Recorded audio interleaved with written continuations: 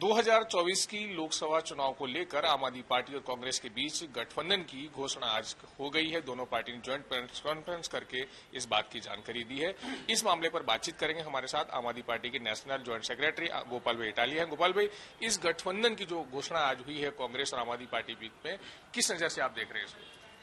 Congress party और आम आदमी पार्टी के राष्ट्रीय नेतृत्व ने बहुत ही बड़ा दिल रख के बहुत ही पॉजिटिव माहौल में एक अच्छा फैसला लिया है कि आने वाले लोकसभा चुनाव में दोनों पार्टियां इंडिया गठबंधन के बैनर तले साथ में चुनाव लड़ेगी। मुझे लगता है कि ये जो फैसला है वो दोनों पार्टी के कार्यकर्ता के मनोबल को बढ़ाने वाला, कार्यकर्ता में ऊर्जा बढ़ाने वाला फैसला है। बहुत अच्छा फैसला लिया है और इस फैसले के लिए मैं दोनों पार्टी के राष्ट्रीय नेताओं का धन्यवाद करता हूं।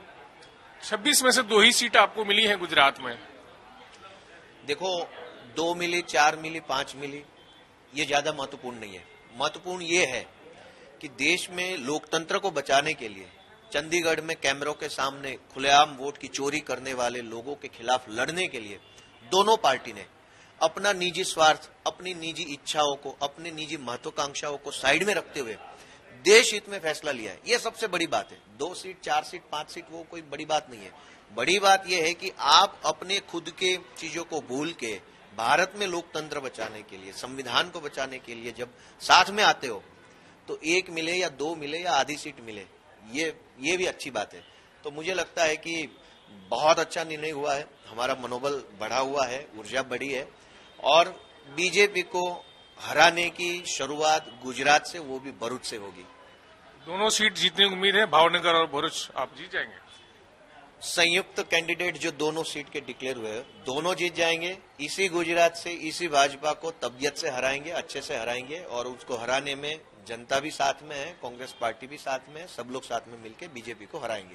गोपाल भाई, लेकिन अहमद पटेल जो कांग्रेस के बहुत बड़े नेता रहे, उनके बेटा और बेटी भरूच सीट को लेकर बहुत दावे कर रहे हैं। उनको चुनाव लड़ना था और उन्होंने यहां तक कहा कि अगर आम आदमी पार्टी को ये सीट दी जाती है तो वो विद्रोह कर देंगे।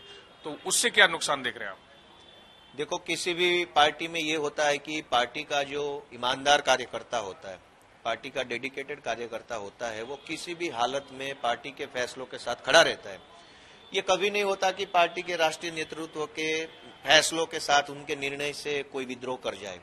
तो एक डेडिकेटेड कार्यकर्ता की ये निशानी है कि केंद्रीय नेतृत्व जो बात कहता है उसको मानना, उस पर काम करना, उसको आगे बढ़ाना।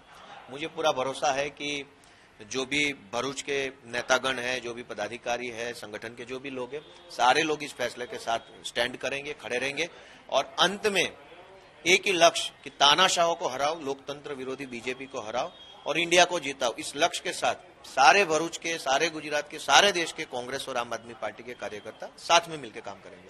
गोपाल भाई, सवाल ये उठ रहा है कि वो एक कद्दावर नेता रहे अहमद पटेल भरूच से और उनके बेटा और बेटी दोनों ही सीट पर लड़ने वाले थे। अब कांग्रेस ने फैसला तो आम आदमी पार्टी पक्ष में दे दिया है, तो अगर वो बगावत करते हैं तो कहीं नुकसान हो सकता है क्या आपके कैंडिडेट को? देखो, ये बगावत करने का टाइम नहीं है। बीजेपी ने ऑलरेडी लोकतंत्र के खिलाफ बगावत करके रखी है। बीजेपी ने सारी जो संवैधानिक संस्थाएं, ईडी, सीबीआई, सुप्रीम कोर्ट, उसके सामने बीजेपी ने खुद बगावत करके रखी हुई है। जब बीजेपी ने देश की जनता के खिलाफ बगावत छेड़ रखी है तो कम से कम हमारी ये जिम्मेदारी बनती है कि हम उस बगावतखोर बीजेपी के हराने के लिए अपनी छोटी मोटी चीजों को भूल के देश के लिए खड़े रहे। मुझे ये विश्वास है कि वो एक अच्छे राजनीतिक परिवार से आते हैं, लेजेसी है उनके पास, राजनीतिक सोच है, अनुभव है। वो ये काम कभी नहीं करेंगे जिससे भारत को नुकसान होगा। मुझे पूरा भरोसा है कि कांग्रेस पार्टी के सारे कार्यकर्ता, फैजल भाई, मुमताज बहन, सब लोग इंडिया के साथ खड़े रहेंगे और इस तानाशाह को हराने में कंधे से कंधा मिला के वो काम करेंगे। गोपाल भाई, अंतिम प्रश्न ये है कि बीजेपी 400 सीटें 2024 के लोकसभा चुनाव में जीतने का दावा कर रही है, तो ऐसे में आम आदमी पार्टी और कांग्रेस का गठबंधन, अन्य विपक्षी पार्टियों का गठबंधन किस तरह टक्कर दे पाएगा? जब बीजेपी अपने आप को ये कहती है कि विश्व की सबसे बड़ी, सबसे ताकतवर पार्टी है, नरेंद्र मोदी जी विश्व गुरु बन गए हैं, अब विश्व में इतना बड़ा डंका बज गया है कि किसी नेता की कोई औकात ही नहीं रह गई दुनिया में। जब इतने बड़े बड़े दावे किए जा रहे हैं तो सिर्फ 400 सीट ही क्यों दावे कर रहे हैं? पूरी की पूरी 500 सीटों पे दावा कर देते ना। 100 सीट किस लिए छोड़ रहे हैं? वो खुद भी अगर विश्व कक्षा के नेता बन गए, विश्व लेवल की उनकी पार्टी है, तो सारी 100 आउट ऑफ 100 लोकसभा जीतने का दावा कर दो ना। दावा ही करना है, कहना ही है तो पूरा कर देते। तो ये झूठा दावा है, फर्जी दावा है। इस फर्जी दावे की हवा ऑलरेडी निकल चुकी है। इंडिया गठबंधन जो है वो बीजेपी के सामने चट्टान की तरह खड़ा हुआ है। पहले बीजेपी ये सोच रही थी कि इंडिया गठबंधन में सिर्फ बातें होगी, मीटिंगें होगी और कुछ होगा नहीं, इसलिए वो खुश थे।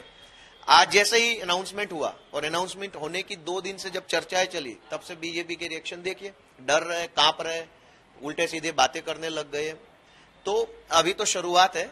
400 सीट लाने की दावा करने वाले लोग अगर अच्छे से 200 सीट भी ला ले तो बहुत अच्छा हो जाएगा। तो बिल्कुल ये थे गोपाल भाई इटालिया, जो आम आदमी पार्टी के जॉइंट सेक्रेटरी हैं और अपने साथ जो गठबंधन जो हुआ है आम आदमी पार्टी और कांग्रेस का, उसको लेकर हमारे साथ बातचीत कर रहे थे।